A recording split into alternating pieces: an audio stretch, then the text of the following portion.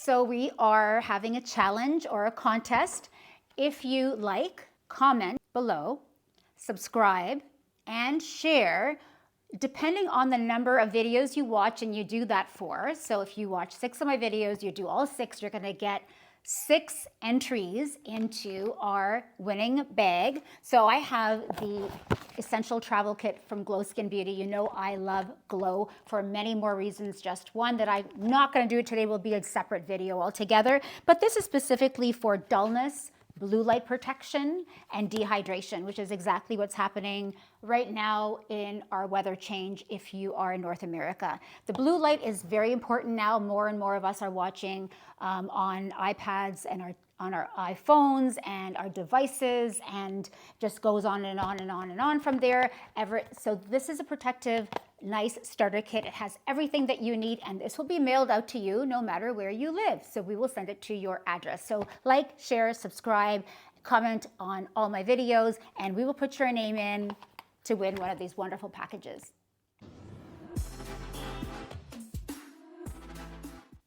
Hi, I'm ThreadMasterKay, and welcome to Kay's Corner, where today we're discussing fillers, threads, and tox, how you need 1, 2, or maybe all 3 of them.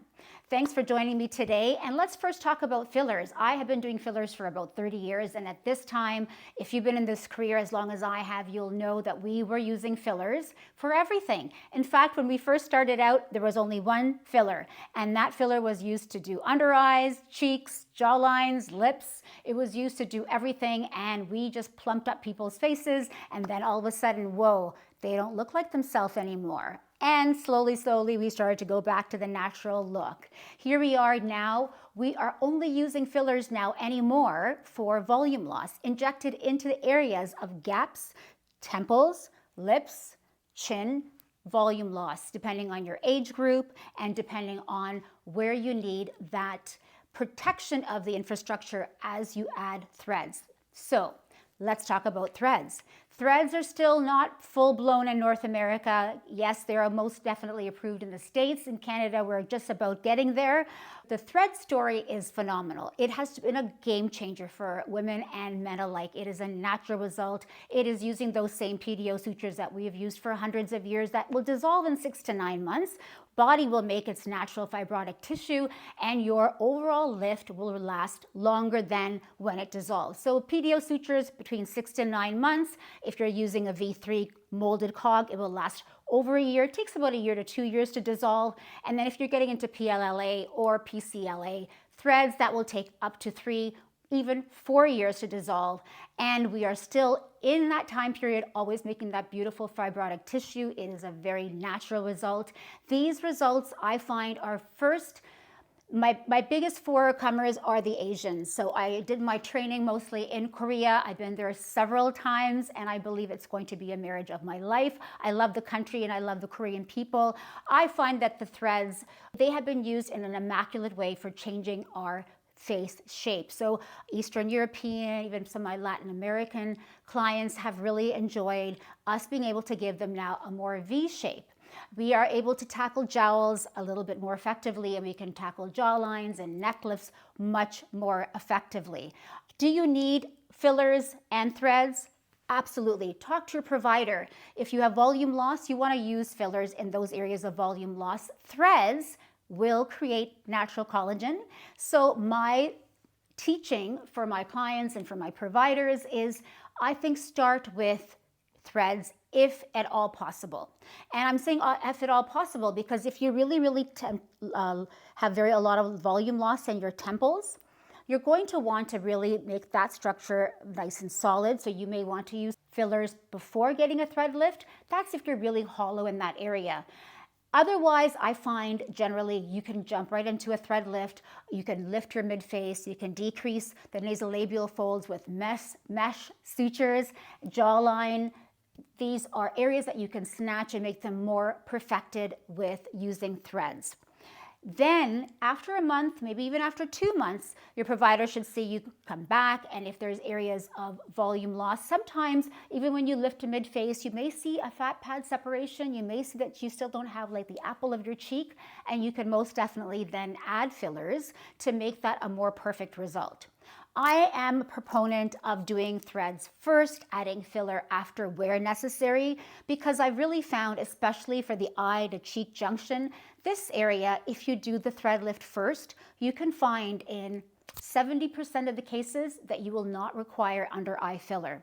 A lot of times the eye to cheek junction comes up, and now the orbicularis has the support of the cheek coming up now, and you'll see that separation between the two areas is very much minimized, and then can be corrected using under eye blunt threads, which is what I always like to use first, and or PRF, PRP, and then of course, if needed, some hyaluronic acid type fillers.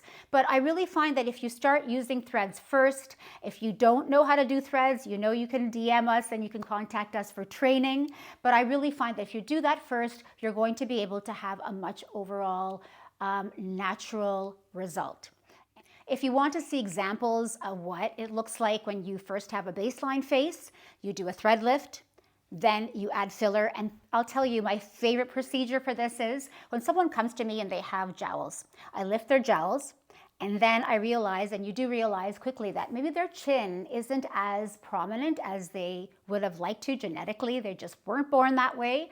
I then add biomesh or mesh threads to give them more of a bony prominence, and then fill in with filler using a cannula the area of their chin. This gives them a very beautifully sculpted jawline. So the jawline and the chin appear as one entity.